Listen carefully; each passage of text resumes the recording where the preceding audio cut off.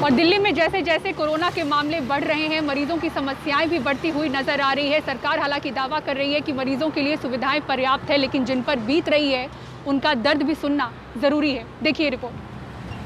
हम लोग दिल्ली जैसे शहर में रह के, मतलब एक कैपिटल में रहते हैं, हम इंडिया के कैपिटल में रहते हैं और इतना हेल्पलेस अपने आप को फील कर रहे हैं।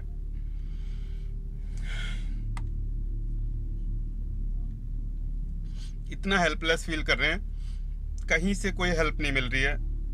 इन्होंने बोल दिया आप बेड अरेंज कीजिए। वेंटिलेटर बेड्स कैसे अरेंज होते हैं? पहले तो आप ये बताइए, पहले तो पब्लिक को ये सिखाइए कि वेंटिलेटर बेड के लिए क्या करना पड़ता है उसे। 40 साल के धर्मेंद्र भारद्वाज लाचार और बेबस हैं। माताजी को सांस लेने में तकलीफ की समस्या के चलते 19 मई को पूर्वी दिल्ली के एक बड़े प्राइवेट अस्पताल में एडमिट कराया। 21 मई को कोरोना की पुष्टि हुई। 22 मई को अस्पताल ने धर्मेंद्र को बताया कि उनकी माताजी को वेंटिलेटर की जरूरत है, जो अस्पताल के पास नहीं है। वो वेंटिलेटर का इंतजाम खुद कर लें। ये लोग कह रहे हैं कि we are unable to find the bed, और अब आप अरेंज कर लीजिए।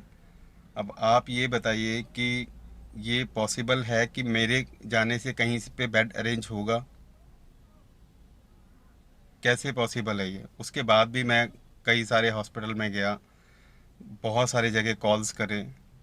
1075 जो इनका सेंट्रलाइज नंबर है कोरोना का, उस पर कॉल किया, बट कोई भी रिस्पांस कहीं से नहीं है।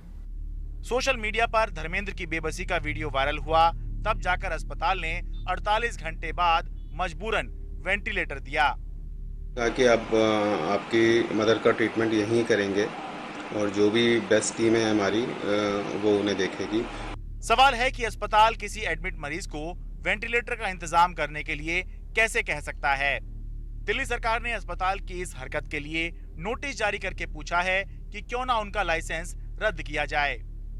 2 दिन पहले मुझे पता चला कि एक प्राइवेट हॉस्पिटल ने, एक मरीज गया प्राइवेट हॉस्पिटल में और उस मरीज को सांस की तकलीफ हो रही थी। 2 दिन बाद उसका अस्पताल ने टेस्ट कराया, उसके 1-2 दिन बाद रिजल्ट आया और रिजल्ट पॉजिटिव आया। और पॉजिटिव रिजल्ट आने के बाद अस्पताल ने कहा कि आप तो कोविड पेशेंट है, हम आपका इलाज नहीं करेंगे, अब आप अपना बेड ढूंढ लीजिए। पेशेंट अपना बेड कैसे ढूंढेगा? पेशेंट कहाँ जाएगा? हमने उस अस्पताल को शो कॉज नोटिस जारी किया है, प्राइवेट अस्पताल को, कि आपका लाइसेंस रद्द क्यों ना किया जाए। वैसे सवाल ये भी है कि क्या दिल्ली में कोरोना के बेड और वेंटिलेटर की किल्लत है? दिल्ली में सरकारी अस्पतालों में कोरोना बेड की संख्या 3829 है, जिसमें सिर्फ 1478 बेड भरे हुए हैं। प्राइवेट अस्पतालों में 677 बेड हैं, जिसमें 509 बेड पर मरीज हैं।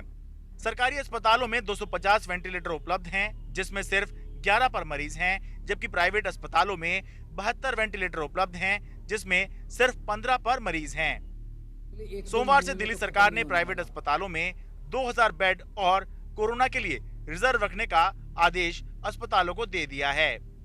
दिल्ली सरकार के मुताबिक दिल्ली में सरकारी और प्राइवेट दोनों ही अस्पतालों में ना तो बेड की कमी है और ना ही वेंटिलेटर की। यहाँ तक कि इस स्टोरी में जिस अस्पताल का जिक्र हो रहा है वहाँ पर भी दिल्ली सरकार के मुताबिक वेंटिलेटर की कमी नहीं है। लेकिन अगर फिर भी मरीजों को वेंटिलेटर उपलब्ध नहीं हो पा रहे हैं तो यही कहना होगा कि जिम्मेदारी तय होनी चाहिए, कार्रवाई होनी चाहिए। दिल्ली से मैं शरद शर्मा, एनडीटीवी इंडिया।